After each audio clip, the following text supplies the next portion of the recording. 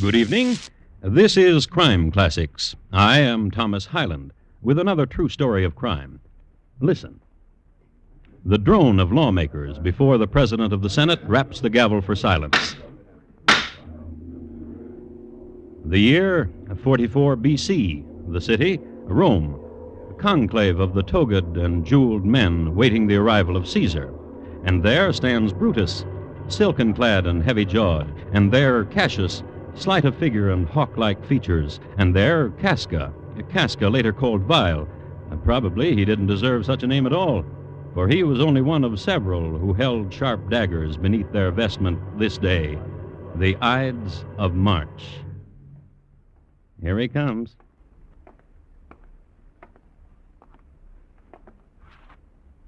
Tonight, my report to you on 23 Knives Against Caesar. Crime Classics, a series of true crime stories taken from the records and newspapers of every land, from every time.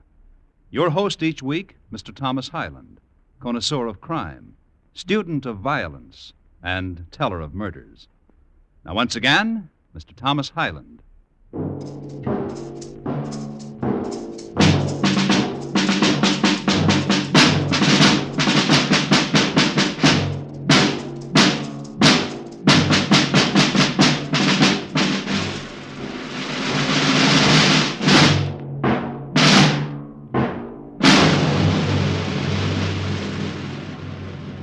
Julius Caesar was born in the year 102 B.C., and by the time he was 16, the year he received the toga virilis, the symbol of manhood, he was already an opinionated young fellow. I'm a direct descendant of the goddess Venus. When anybody asked him of his ancestry. And a few years later, having been house guest at many homes on both sides of the Appian Way, To all women, I am all men. prompted to give an opinion about his prowess as a soldier, The world will taste my sword. about his intellect, A genius. Bold strategist. Of unsurpassed valor.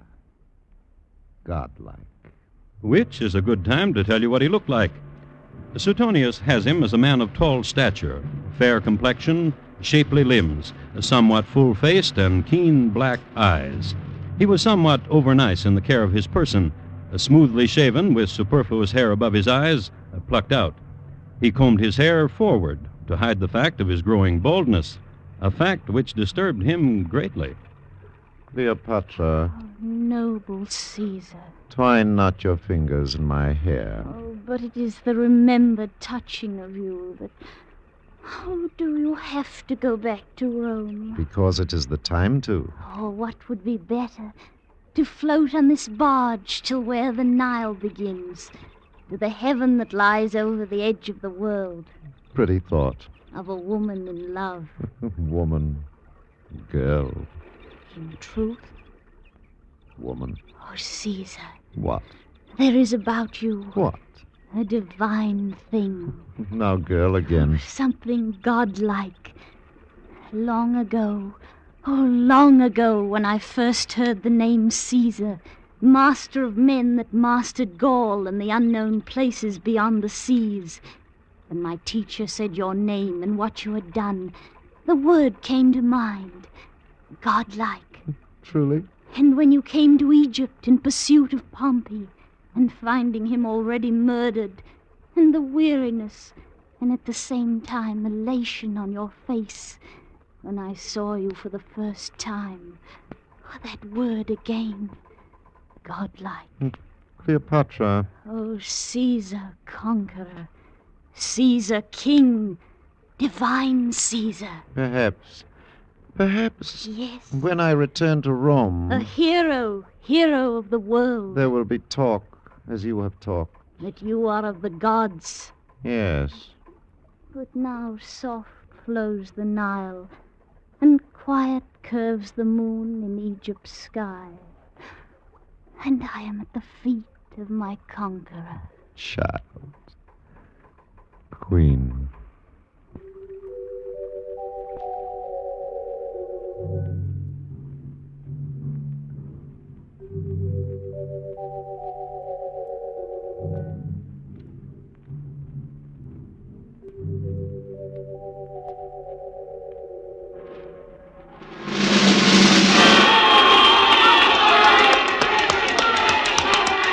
parade in the 1st century B.C. Triumphant parade, entrance of hero, people on Roman holiday. Julius Caesar has returned to the city.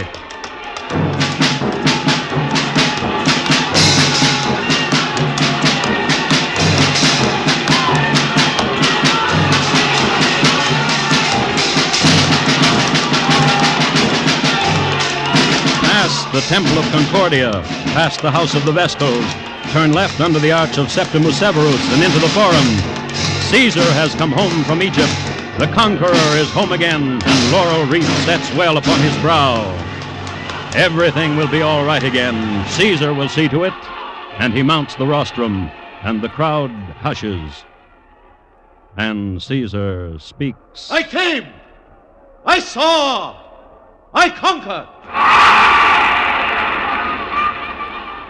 Since last I left your bosoms, Gaul, once torn asunder by marauding and barbaric tribes, is now united and pays homage and tribute to all of us here. And the civil war with Pompey is at an end. Pompey is dead in Alexandria, and his legions I pursued into the desert, and I am home. And these things I must tell you. Those veterans of my legions who wish it will receive land and booty in the transmarine colonies. Those among you who are without slaves may choose among the barbarians, the prisoners. The constitution of our state will be re-explored so that you, my people, will reap its blessings and rewards, no longer at the mercy of corruption. These things by divine word, these things by the divinity which lies close to me.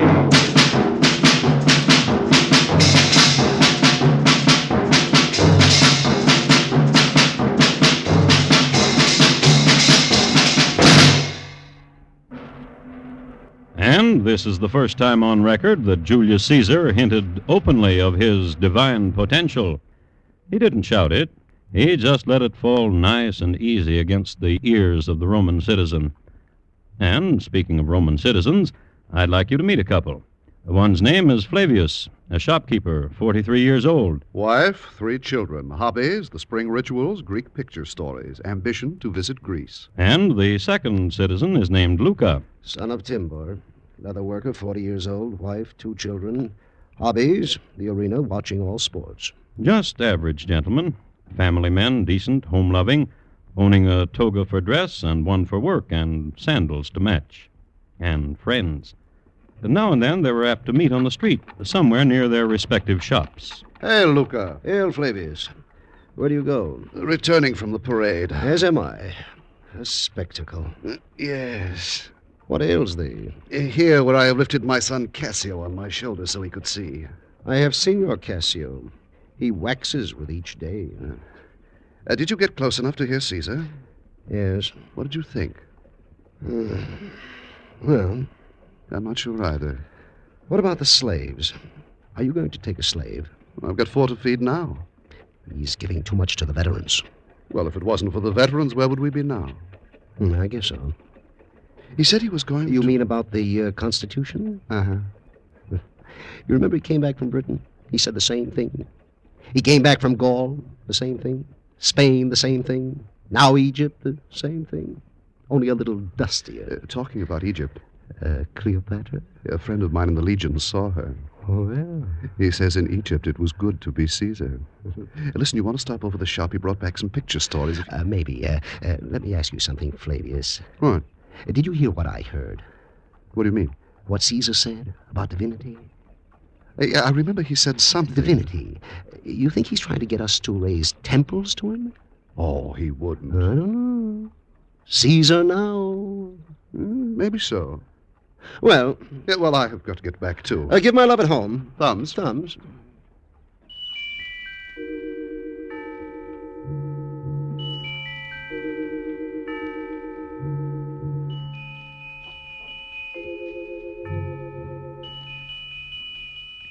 Friends gesturing each other farewell. And down this street and up a hill named Capitoline Hill, and halfway down its farther side, there was a building of marble in a grove of cypress, a building dedicated to leisure and sweating off the fat. Roman baths for the Roman nobles, highest stratum, slaves to bring apples and towels and pills and unguents, the tier of rocks steaming and the waters of the pool warm and scented.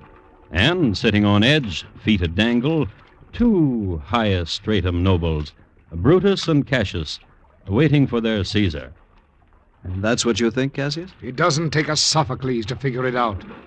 Promise the poor what they want, promise the middle class what they want, promise the nobility what we want. That's the kind of speech it was, Brutus.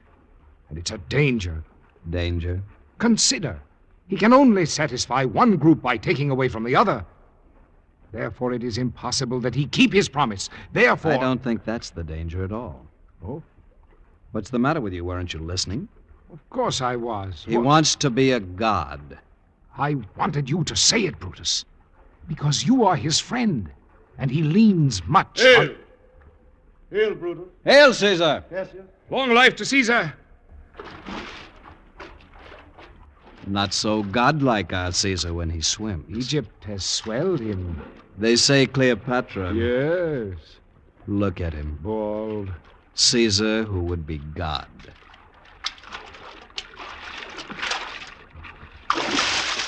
Oh, slave, take towel to me. The dust of continents is washed from me, Brutus. How well you swim. The Nile, Brutus, the Nile. What exercises it provides. Oh, Caesar, Speak, Cassius, speak. your speech of this afternoon. What thought you of it? Interesting. And you, Brutus?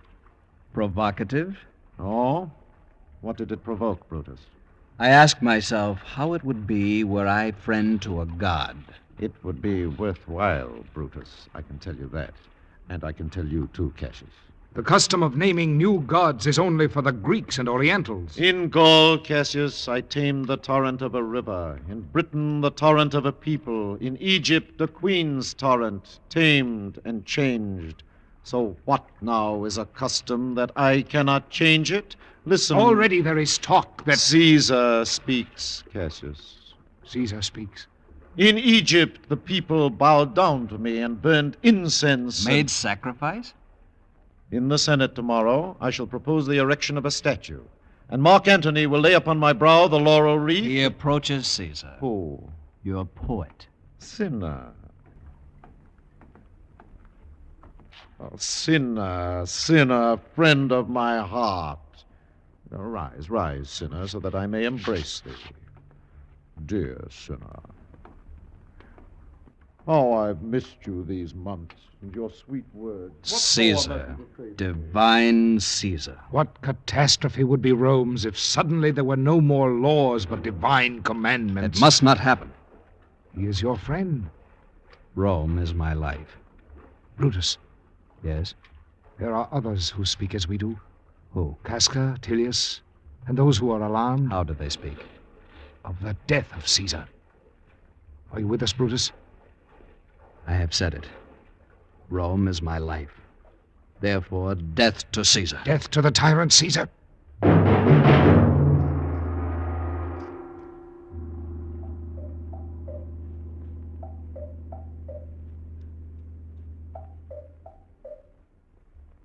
And while this kind of unkindly talk was going on about him, Caesar was on the hot rocks, listening to what Cinna the poet had written for him, and liking it. Sinner, sinner, sinner. Saturday afternoon in the Roman baths.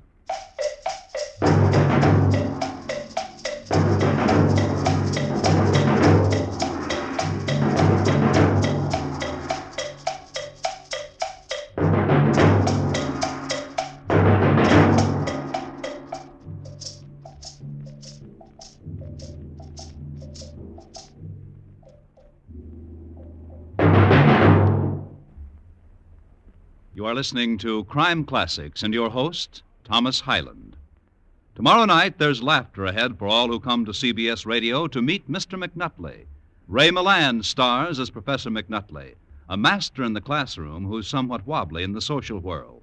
You'll enjoy every minute of the occasion when you meet Mr. McNutley, Thursday nights on most of these same stations. And now, once again, Thomas Hyland and the second act of Crime Classics, and his report to you on 23 Knives Against Caesar.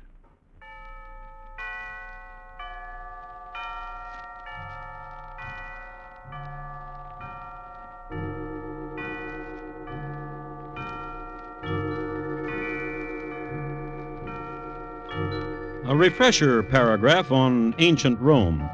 It may come as a shock to some, but I must tell you that the primitive city of Rome was not in the Tiber Valley at all, but on the ridges surrounding. It was not until the empire flourished that Rome spread out to take up all of the Campus Martius that hugged the bend of the river opposite the Vatican Hill. The streets weren't paved until about the 2nd century B.C. The first paved street ran down the Capitoline Hill to Casa Hecate, a popular pathway that it was, and so it remains to this day. Since the city depended on wells and springs for its water supply, aqueducts were put in at an early date. And with the most important plumbing down, they started to build the houses and the temples and the roads you've heard so much about. Yes, the Romans were there to stay. Hail, Flavius. Oh, Luca. Here, Luca. Have a fig. Oh, thanks. From Smyrna. Smyrna of the North, that is why they are so skinny. Well, I've heard our Caesar eats no skinny figs. You seem troubled. Troublous times. The stomach again, Luca? It hurts when I place palm of hand to it, so, and press. But then press not. Then I could not tell whether it hurt. True. But more vexing is my trouble. Caesar? My wife disagrees with me. The function of a wife. She thinks Caesar's a god. Yeah, my wife also, my eldest daughter, and my son. My children taught too of the new god who walks the Roman streets and sits in the Roman Senate and who wears the laurel crown. And they call Caesar God. Troublous times. How easy the times could become. Not troublous. How? Accept Caesar as God. Foolishness. Is it? How say you? I've done much thinking. Since Alexander the Greek, there has been no such mortal as Caesar. A singular human Caesar. Therefore, perhaps no human. Therefore, perhaps a god. Therefore... This is your wife speaking through your mouth. With logic. There are rumors. What rumors? That a statue is to be erected to Caesar while he lives, and sacrifices to be brought to it. Then Caesar will enter the realm, Flavius. He will be a god. I believe it better that we accept the fact. Perhaps it will be fruitful for all of us if we have a god in our midst. As it has not been fruitful in spite of the promises Caesar has made. As a mortal. It is to ponder. In truth, it is to ponder. Have another fig.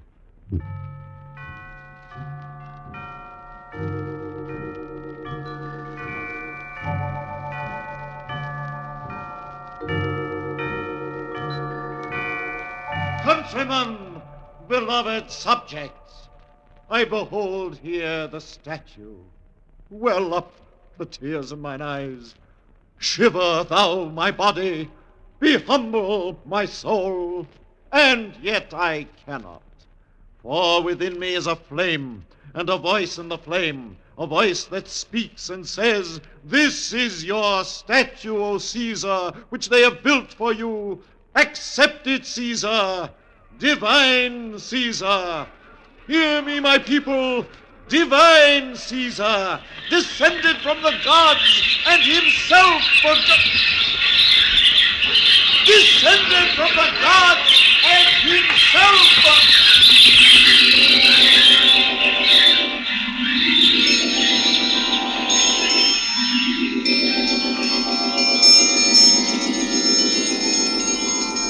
Quite a phenomenon. Hundreds of thousands of birds suddenly appearing in the forum at the precise instant when Caesar was proclaiming himself a god.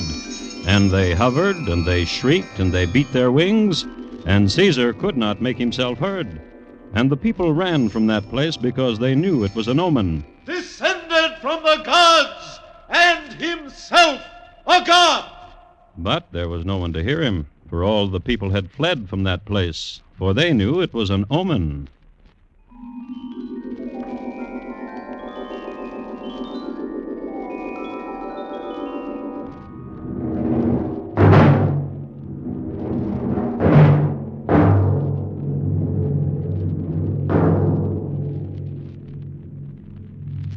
Caesar, Take my hand, Caesar, for I am blind. For I will take you to a place so that you may wonder. This is where we walk, a place of darkness, Caesar. No, it is bright with sunlight. Dark, for I am blind. Lead me, lead me. Caesar, Yes, what else besides sunlight do you see? there, a soldier. Yes, where the corridor brightens. Where it darkens. Phantom. Phantom, why do you laugh? Lead me to the soldier, Caesar. And what does the soldier hold in his hand? A flame. And now what does he hold? Nothing. The flame has destroyed itself. And yet where the soldier has held it, no scar, nor sear, nor burn. An omen, Caesar. Your passing, your death. No. Your death. Nor will you leave a mark. A flame you are, and quickly will you die. No! Your death, Caesar. No! No! Caesar! Caesar, wake! Oh, what nightmare are you having? Oh. Wake, wake, Caesar! Calpurnia, wife What nightmare did you have? of death, of my own death. I dreamed it also, What? last night. That I held you in my arms and you were slain. How? With knives. The knives of whom? Friends to you. Beware the Ides of March. What was that? What voice? Beware the Ides of March. An outside voice. Listen to what he says. O Caesar, beware the Ides of March. Slave! Slave! Outside there is one who cried that Caesar should beware the Ides of March. Bring him to me. Go! Caesar. My husband Caesar, weep not. That voice, a voice of dread. I know it. I know it well. How could you know it when... Woman, I know it well. I know it well. For it is the voice of my troubled dreams, the voice that said to me I would die. But you're That imagining. said to me I would die. And your dream, and the birds, and the forum, and now... And now, voice, voice of my dreams, dread voice, who are you? What are you that you say, Caesar, beware the Ides of March? I am a soothsayer. And why do you shout beneath my window? O Caesar, beware the Ides of March. Why? Why? Beware tomorrow, Caesar. For the portents say that tomorrow the Ides of March is your death. Laugh not, Caesar, but mourn for your passing. I laugh because it is a huge joke I play upon myself. In truth, the voice of this soothsayer is similar to the voice of my dreams, and the face, yet there is a difference. The eyes of the man in my dreams were sightless. I am blind, Caesar. If the gods will it, for I am their brother.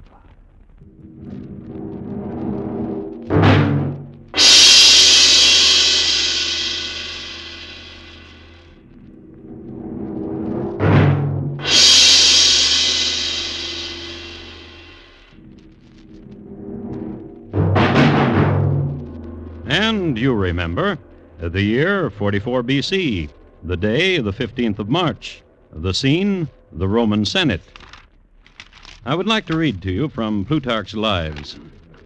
When Caesar entered, the Senate stood up to show their respect to him. And of Brutus's confederates, some came about his chair and stood behind it. How pale today, my Caesar. What petition have you, Brutus? For Tilius, whose brother is in exile. I will not grant it. Whereupon Tilius lay hold of Caesar's robe and with both hands pulled it down from his neck, which was the signal for the assault. Casca gave him the first cut in the neck.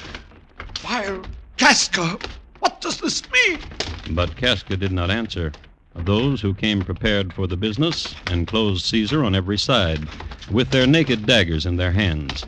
Whichsoever way he turned, he met with blows and was encompassed like a wild beast on every side. And Brutus was the last. You too, Brutus. Die, Caesar. And gave him one stab. Caesar is dead! Citizens! Romans! Listen! Caesar is dead! End to tyranny! End to a despot! Caesar is dead! It must be true, Flavius, else the noble Brutus would not say it. Well, it just goes to show. Show what? You can have ambition, don't let it run away with you. My son Cassio wants to be a senator. I'm trying to tell him to be content. Got a nice business he can step into. Well, you know how kids are. Oh, I can hardly believe it. What? Caesar dead. Why not? You think he was a god or something? Well, Well, I'm going home, Luca. Give my love to the family. The thumbs. Thumbs.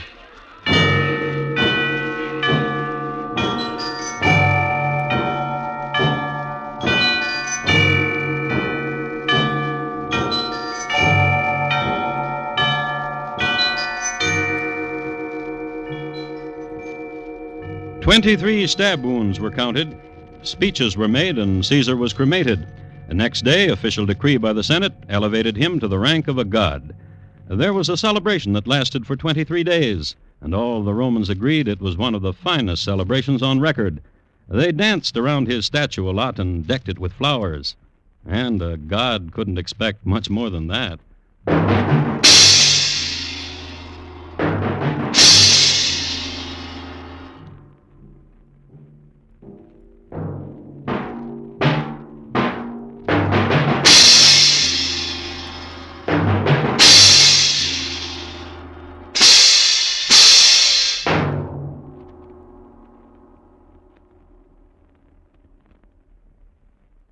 In just a moment, Thomas Hyland will tell you about next week's crime classic. Caesar, tonight's crime classic, was adapted from accounts of the times by Morton Fine and David Friedkin. The music was composed and conducted by Bernard Herrmann, and the program is produced and directed by Elliott Lewis. Thomas Hyland is portrayed on radio by Lou Merrill. In tonight's story, Edgar Barrier was heard as Caesar. Featured in the cast were Hy Averback, Lou Krugman, Irene Tedrow, Betty Harford, Marvin Miller, and Harry Bartell. Bob Lamont speaking. And here again is Thomas Hyland. Next week, a field in France during the reign of Louis Napoleon. We will concern ourselves at that time with a missing family and several freshly opened graves. It's listed in my files as Jean-Baptiste Tropman, killer of many. Thank you. Good night. Forward on Liberty's team. That's the 1954 slogan of the Boy Scouts of America, 3,300,000 strong, who celebrate their 44th birthday this week. Behind that slogan is a great team of Cub Scouts, Boy Scouts, explorers, and adult leaders, organized in 89,000 units through the country, its territories, and wherever Americans live abroad. To them, to all of them, a salute from CBS Radio and its affiliates. Congratulations and happy birthday. Keep up the good work. Everybody Loves Junior Miss, Thursday nights on the CBS Radio Network.